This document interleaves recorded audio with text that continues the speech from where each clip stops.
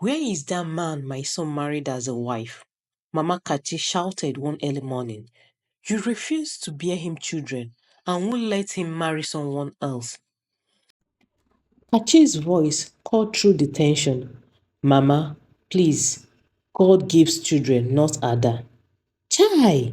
Who did this to my son? Mama Kachi wailed. Look at what Ada has turned him into. A woman rapper. Once upon a time, in a small vibrant village, nestled between rolling hills and lush palm forest, lived a woman named Ada.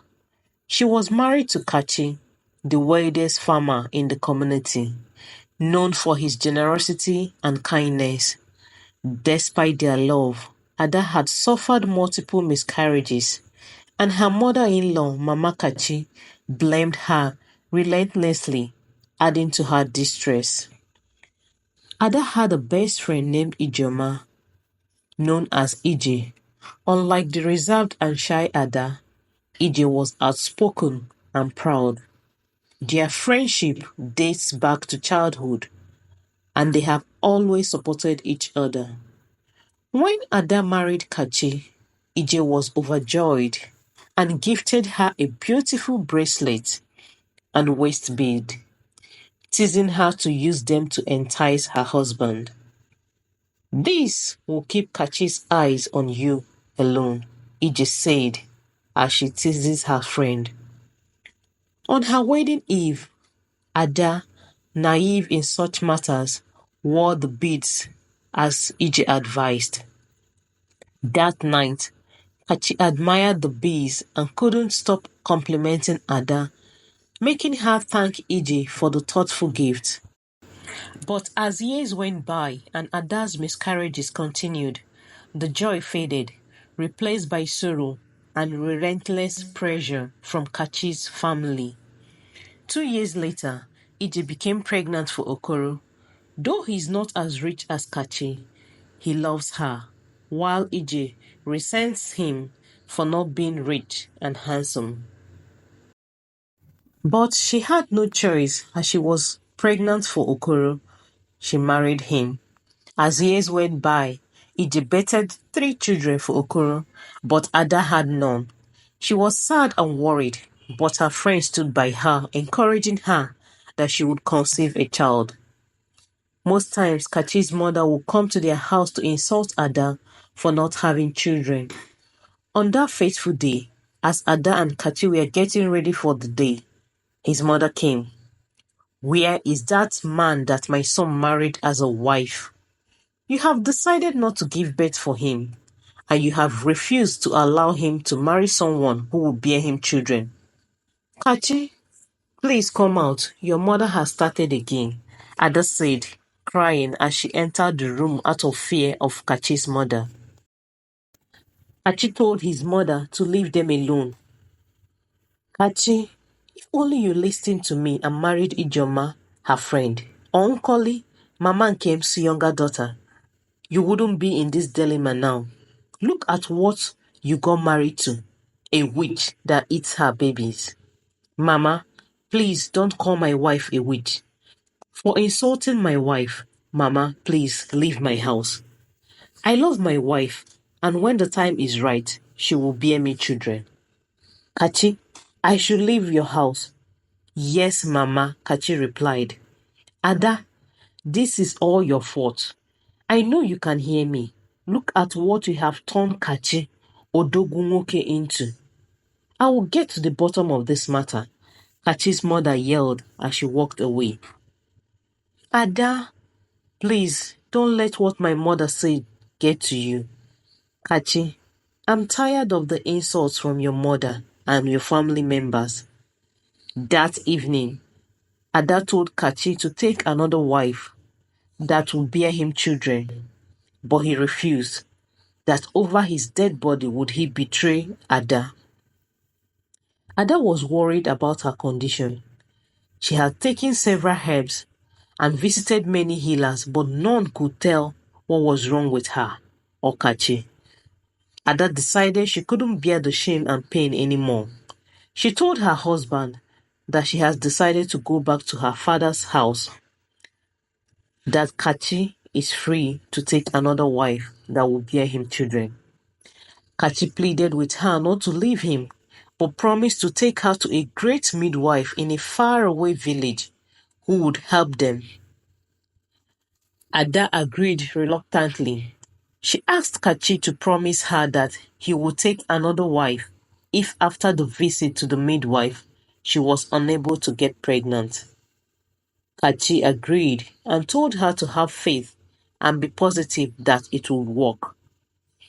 A few days before the visit to the midwife, Ada discovered she was pregnant.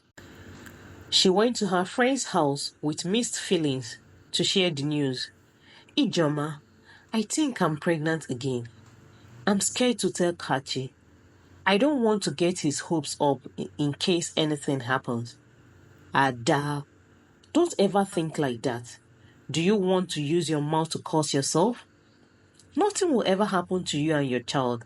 Your husband deserves to know that you're pregnant, Ijoma told her.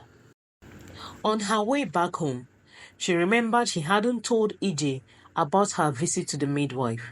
She wanted to go back and tell her, but the scourge's son couldn't let her, so she decided to head home. When Ada got home, she met Kachi and broke the good news to him. Kachi was happy and told her that he would like them to still visit the midwife, as many people have testified of her magical hands when it comes to birthing children and helping women conceive. Ada agreed. She told Kachi that this was her 10th pregnancy and she was tired of getting his hopes up, and if anything happened to this one, she would go back to her father's house. Kachi encouraged her to be happy and get ready for their journey tomorrow. Ada reluctantly agreed, setting off on a 2-day journey to the village. Upon arrival, they met the midwife and a man of God who seemed to take a particular interest in Ada. After examining her, the midwife confirmed that her miscarriages were more spiritual than physical. The man of God then approached them with a great message. Your troubles are the work of an enemy within, he warned. Keep your pregnancy a secret and be vigilant. Meanwhile, Ije came to Ada's house the next day and found it empty. She was surprised Ada wasn't at home. She went to Kachi's shop too, and he wasn't there. Ije was worried as to where her friend went and why she didn't tell her. On their way home, Ada and Kachi thought about what the man of God said. Ada told her she knew his family hated her, but didn't know they would go this far to punish her. Kachi told her not to point fingers at anybody yet. They both agreed not to discuss their marriage or pregnancy with anyone. They decided to lay low and heed to every instruction given to them by the man of God and the midwife. Ada visited Ije and told her she had a false alarm about being pregnant, and she had decided to stay with her parents for a while to avoid Kachi's murder. Ije encouraged her not to lose hope that she would get pregnant one day. When Ada got home from Ije's house, she told her husband that she had decided to stay with her parents for some time till the pregnancy was almost due, to keep her safe and her baby safe too. Kachi advised her not to go anywhere as he would love to stay with her and help her. They decided she would stay in the house but tell everyone she had gone to stay with her parents. Meanwhile, Kachi's mother heard about Ada's visit to her family and decided to use the opportunity to pressure Kachi to take another wife, but he steadfastly refused. Ije visited Kachi several times, bringing him food and finding solace in him, which got Ada worried, but she couldn't come out of hiding. A few days later, as Ada was dressing up, Kachi noticed she wasn't putting on her waist beads. He asked her what happened. She told him she lost it that day they went to visit the midwife. She thought she put it in her bag, but it must have fallen off. Kachi promised to get her a beautiful one, as that one was old and was a wedding gift from her friend. As Ada's pregnancy progressed safely months later, she and Kachi prepared to reveal the news. One evening, Ije visited Kachi, expressing her desire to see Ada. Kachi assured her that Ada would return soon, but he noticed something off about Ije's demeanor. When Ada was nearly due, she had a chilling dream of an old woman threatening her and her baby. The next morning, Mama Kachi was the first to visit. Her presence intensifying Ada's fear and reminding her of her dreams. Kachi entertained her mother's pressure and treatment, promising her he would adhere to her warnings and get a new wife before Ada would return. Unknown to Kachi's mother, Ada was in the room listening to their conversation. Ada and Kachi decided to visit the midwife as early as possible to avoid being seen by anyone. The next morning, Ada and Kachi secretly traveled to the midwife and the man of God who prayed for them and examined her. It was discovered that Ada was pregnant with twins. The midwife assured her that she and her babies were in good condition. The pastor also prayed for them.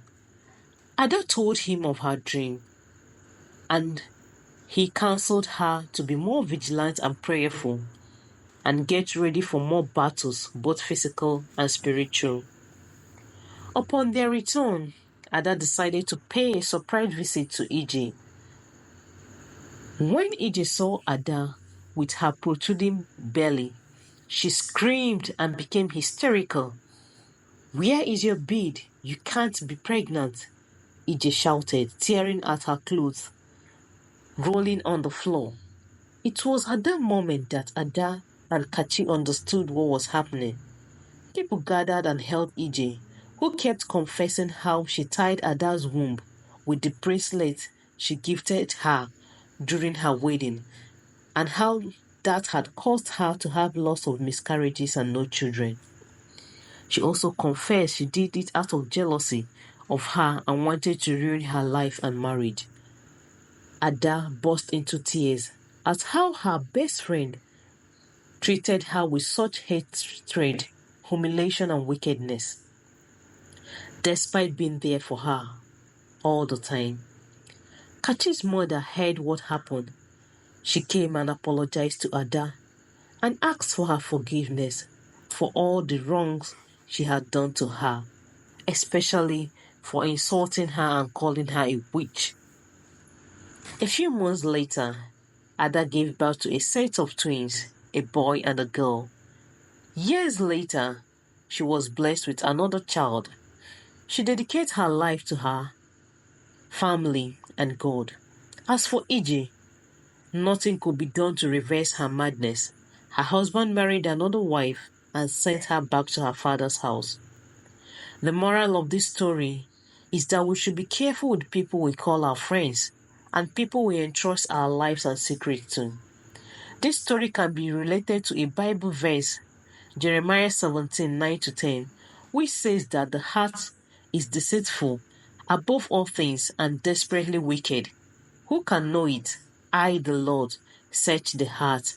I test the mind, even to give every man according to his ways, according to the fruit of his doings. Thanks for watching. Kindly let us know what you think about this story. Until next time, bye-bye.